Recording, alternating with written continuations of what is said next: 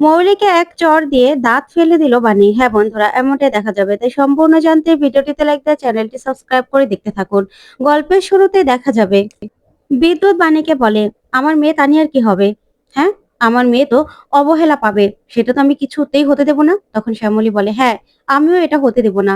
দিদি ভাই আমার খুব ভালোবাসার, আমার খুব আদরের, তাই আমিও চাই না যে দিদি ভাইয়ের কোনো অযত্ন হোক। তখন বিদ্যুৎ বলে, তাহলে আর কি করার? আমারই তানিয়ার কাস্টাডি নিতে হবে। আমি তো তানিয়ার বাবা, সেজন্য। তখনই বাণী প্রচন্ড রেগে যায় আর বলে, খবরদার বিদ্যুৎ, একদম মাম্মামের কথা বলবে না। মাম্মামের কাস্টাডি নেওয়ার কথা ভুলেও ভাববে না। মাম্মামের বাবা আর মা আমি আর মিস্টার চ্যাটার্জি, তুমি কেউ না, বুঝতে পেরেছো? তাই একদম বাজে কথা বলবে না। ওর ব্যাপারটা না আমি বুঝে নেব। তুমি বলার কে? হ্যাঁ, তুমি বলার কে? তখন এই কথা শুনে বিদ্যুৎ বলে, শোন বাণী, তানিয়া আমার মেয়ে, তাই তানিয়ার সব দায়িত্ব আমার। তানিয়ার কোনো অবহেলা, কষ্ট কিন্তু আমি দেখতে পারবো না। তখনই তানিয়া বলে, না না ভালো রাক্ষস, আমাকে অবহেলা করবে কেন? বরং আমার ভাইকে আমি, মা, বাবা সবাই মিলে আদর করব, সবাই মিলে ওকে যত্ন করব। এখানে আমার অবহেলার কথা কোথা থেকে আসছে? তুমি না আমার কথা ভেবো না। তখন তানিয়ার কথা শুনে বাণী আর অনিরুদ্ধ তাকিয়ে থাকে। তারপরে দেখা যাবে বিদ্যুৎ বলে, দেখেছো মা, আমার মেয়ে বলে কথা, কত বুদ্ধিমতী হয়েছে, কিন্তু ও নিজের খারাপটা নিজে কিছুতেই বুঝতে পারছে না, বোকা একটা মেয়ে। তখন ঈশানী প্রচন্ড রেগে যায় আর বলে, এসব কথা বন্ধ করো। অন্তরা, তুমি তানিয়াকে এখান থেকে নিয়ে যাও। তারপরে বিদ্যুৎ বলে, তানিয়া, তোমার কোনো সমস্যা হলে তুমি আমাকে বলবে, ঠিক আছে? তারপরে অন্তরা সেখান থেকে তানিয়াকে নিয়ে চলে যায়। ওইদিকে অনিরুদ্ধ বিদ্যুৎকে বলে, তানিয়া তোমার মেয়ে, তাই তো? শোনো, প্রিন্সেস আমার মেয়ে। তুমি একবারও যদি ওর নাম মুখে এনেছো, তাহলে কিন্তু তোমার খবর আছে। যখন বাণী প্রেগনেন্ট অবস্থায় রাস্তায় রাস্তায় ঘুরছিল, তখন তুমি কোথায় ছিলে? কোথায় ছিলে তুমি? তখন বিদ্যুৎ বলে, এমন একটা ভান করছো যেন তুমি ছিলে ওর সঙ্গে। শোনো, একদম নাটক করবে না। তখন অনিরুদ্ধ বলে, আমি নাটক করছি না, বুঝতে পেরেছো? আমি নাটক করছি না। তখন বাণী বলে, ঠিকই তো, আমি মাম্মামকে পেটে নিয়ে কত কষ্ট করেছি, রাস্তায় রাস্তায় ঘুরেছি, তখন তুমি কোথায় ছিলে? তখন অনিরুদ্ধ বলে, বাণী তুমি চুপ করো। আচ্ছা, হ্যাঁ, তখন আমি বাণীর পাশে ছিলাম। তখন তো বিদ্যুৎ এই কথা শুনে চমকে যায়। ওইদিকে বাণীও অবাক হয়ে যায়। তখন শ্যামলী বিদ্যুৎকে বলে, বিদ্যুৎ, এসব কি বলছে রে? তখন অনিরুদ্ধ বলে, হ্যাঁ, রাস্তায় রাস্তায় ঘুরছিল বাণী এই প্রেগনেন্ট অবস্থায়। ওর খারাপ অবস্থা ছিল, ও গাড়ির নিচেও চাপা পড়তে পারতো। সেই কথাটা কি তুমি একবার ভেবে দেখেছো? ওকে একা ছেড়ে তারপরে চলে গিয়েছিলে। সেদিন যদি আমি বাণীর পাশে এসে না দাঁড়াতাম, তাহলে কি অবস্থা হতো একবারও ভেবেছো? সেদিন বাণী আমার হাতেই অজ্ঞান হয়ে গেছিল। তারপরে বাণীকে আমি হসপিটালে নিয়ে গেছিলাম। আর প্রিন্সেসকে আমার কোলে প্রথম দিয়েছিল নার্সরা। বাণীর আগেও আমি প্রিন্সেসকে কোলে নিয়েছিলাম। তখন তো সবাই এই ঘটনা শুনে অবাক হয়ে অনিরুদ্ধর দিকে তাকিয়ে থাকে, আর বাণীর চোখ বেয়ে জল পড়তে থাকে। তখন বাণী বলে, মিস্টার চ্যাটার্জি, আপনি? তখন অনিরুদ্ধ বলে, হ্যাঁ বাণী, আমি আমি ছিলাম সেদিন। আমি বাণীকে হেল্প করেছিলাম, কারণ আমি তখন কোনো কিছু জানতাম না। কোনো কিছু না জেনেই বাণীকে আমি হসপিটালে নিয়ে গেছিলাম। বাণীর মেয়ে হয়েছিল, আর সেই মেয়েকে আমি প্রথম কোলে নিয়েছিলাম। তখন বাণী কান্নায় ভেঙে পড়ে, আর সেখানে থাকা সবাই কথাগুলো শুনতে থাকে।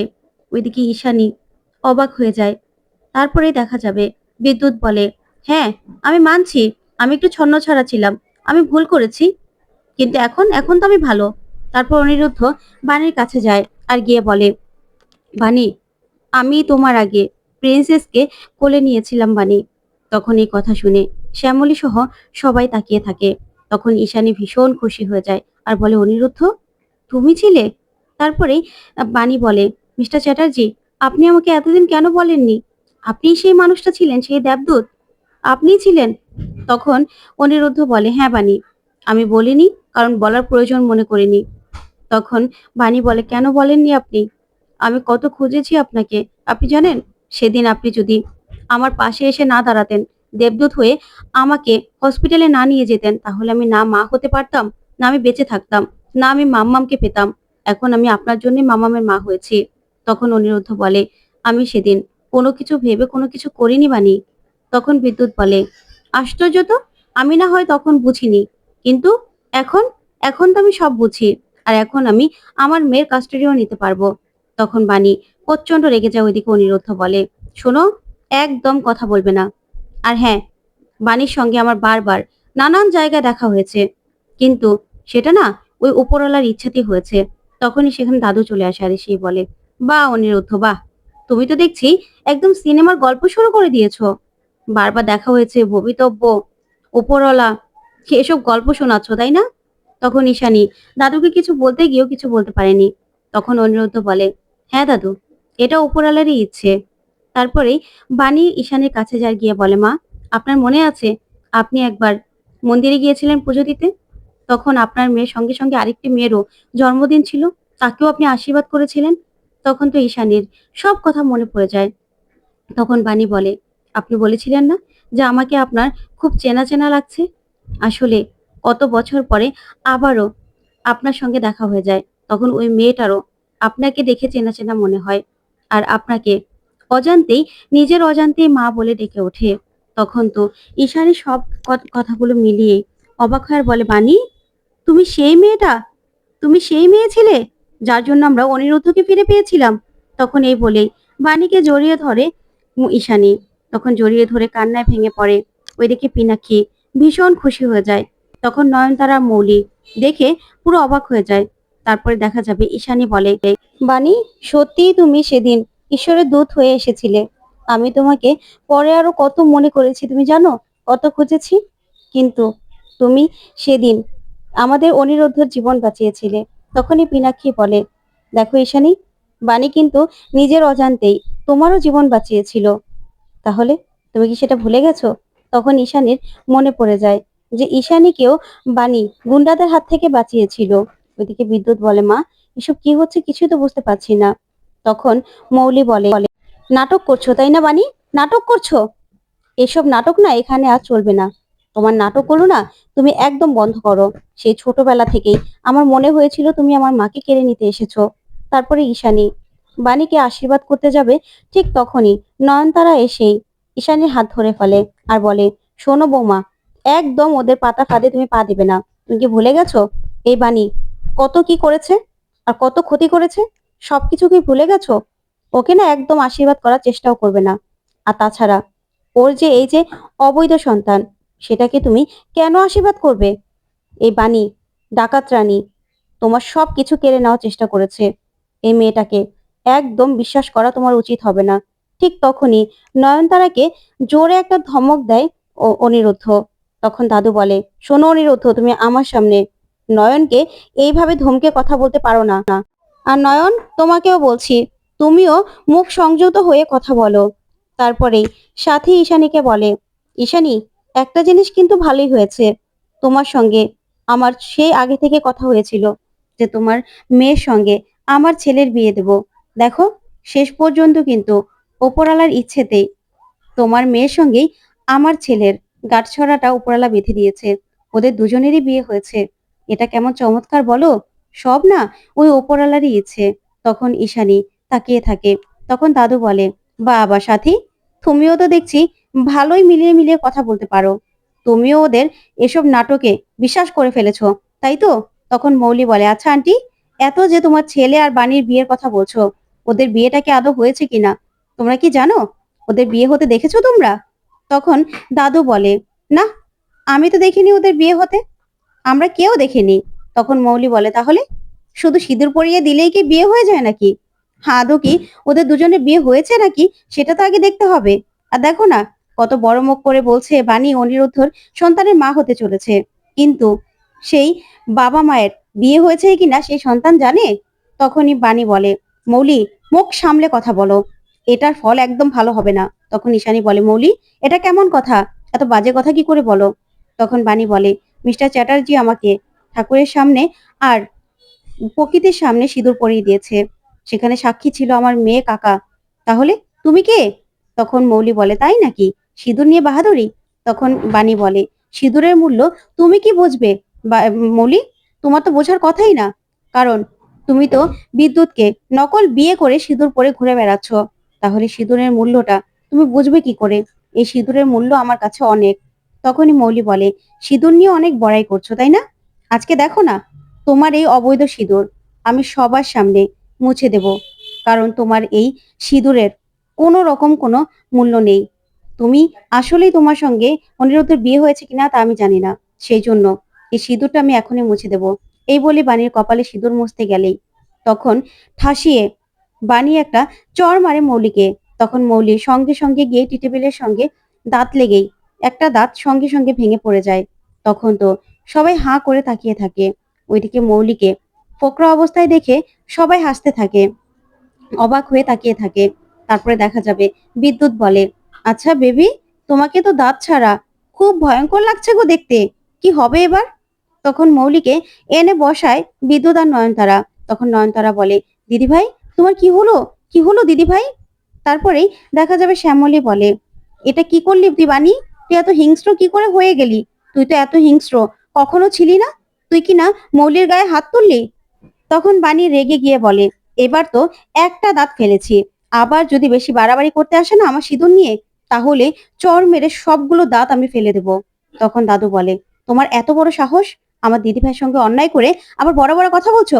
বেরিয়ে যাও, এই বাড়ি থেকে বেরিয়ে যাও। তখন ঈশানী বলে, কেন বাবা? ভুলটা তো মৌলি করেছে, মৌলির অন্যায়ের শাস্তি মৌলি পেয়েছে, মৌলির বা এত বাড়াবাড়ি করার কি দরকার ছিল? তখন পিনাক্ষী বলে, মৌলি, বাণীর কাছে এখনই ক্ষমা চাও, বাণীর সঙ্গে যে অপরাধ তুমি করেছো, বাণীর কাছে ক্ষমা চাও তুমি।